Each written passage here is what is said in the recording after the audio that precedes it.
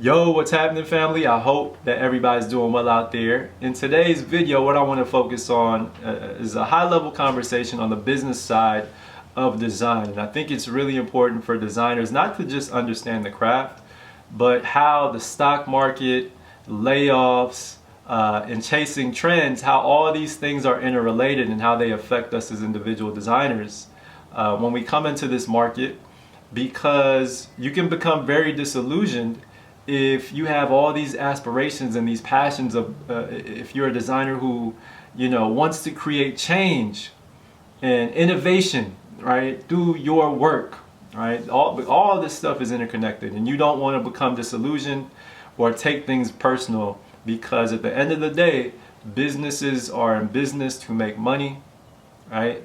And a lot of these things are things that are out of our control, but we do have control over how we perceive things and how we spend our time and attention in our daily lives, right? So if you're a designer or an aspiring designer who has applied to hundreds of jobs, you're not hearing any callbacks, and you're like, what do I do and what do I focus on? Hopefully this gives you a little bit of clarity based on my personal opinions and beliefs.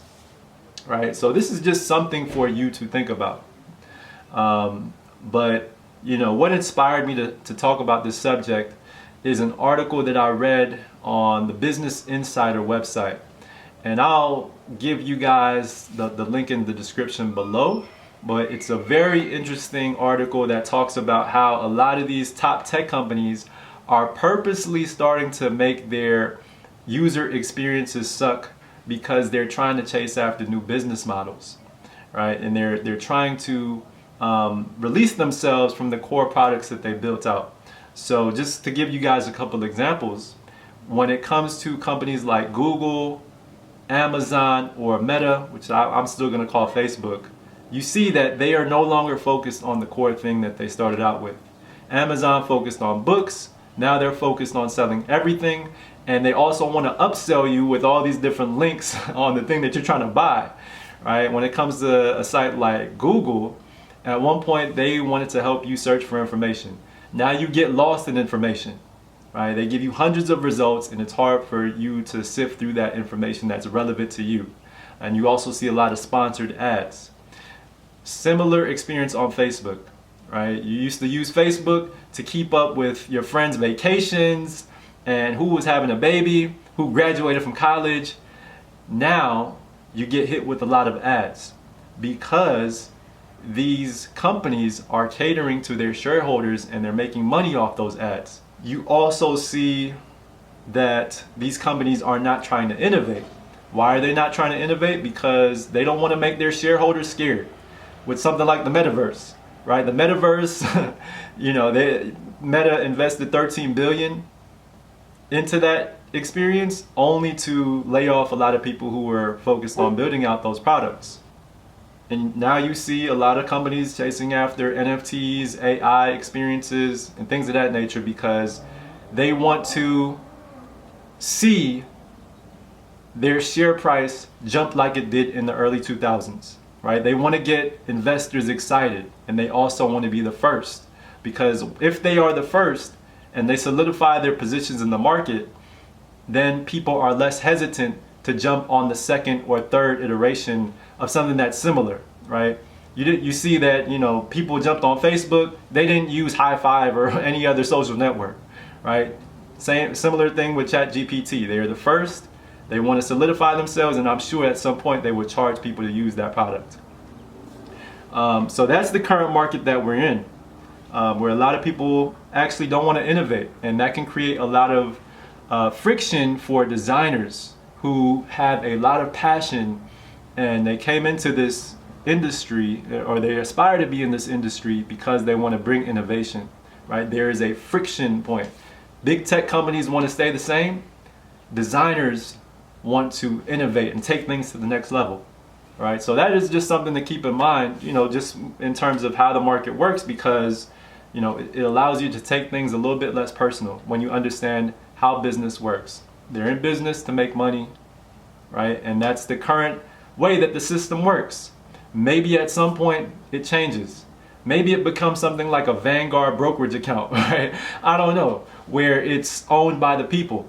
And you buy some AI products, and those products, you can invest in the person who made the product, the creator, right? And there's this talk about the creator economy. So maybe it becomes that you go to a specific website and you can invest in the creator who built the product instead of investing in a specific company that's really big where they cater to shareholders. So who knows how things will work out. But if you are somebody who is applying to hundreds of jobs, what can you do in this moment in time if you have a ton of time on your hands? I know what worked for me back in 2012 when I graduated in a recessionary period was that I started to work on things that I was truly passionate about. And I didn't know where that was going to take me, but the plan was to use all those experiences as leverage at some point in the future where I can apply those experiences and that knowledge to one position. Eventually that became UX, right? So over the course of 3 or 4 years, I built up my skills, and I was like, yo, my skills in marketing, sales, research, teaching, mentoring, having fun with people, building a vibe and a collaboration session with a bunch of different folks, I can apply that to UX, right? That's eventually what became the story. So if I were you and I'm not getting any callbacks, I would start out from a place of passion.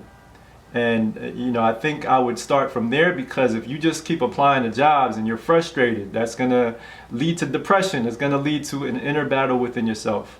But if you're focused on what your passions are, it's going to help you keep resilient. It's going to keep your mind sane. And you can leverage the experiences that you're going through right now and the foundation that you're building at some point in the future. It may not be right now, but you're building, right, brick by brick, day after day. So yeah, guys, hopefully this is some information that helps you think about how businesses work, how design functions. Don't take things personal. If you get into a design job and you're just disillusioned, right, you can still focus on your passions outside of work. I just wanted to give you guys something to think about, especially in this time where there's a lot of layoffs, a lot of companies that are having hiring freezes, and there's AI technologies that are being focused on. All of these things are interrelated. So yeah, guys, if this video helped you out in any way or changed your mind a little bit, you already know the deal. Like, comment, subscribe. I'll see you guys in the next video. Peace.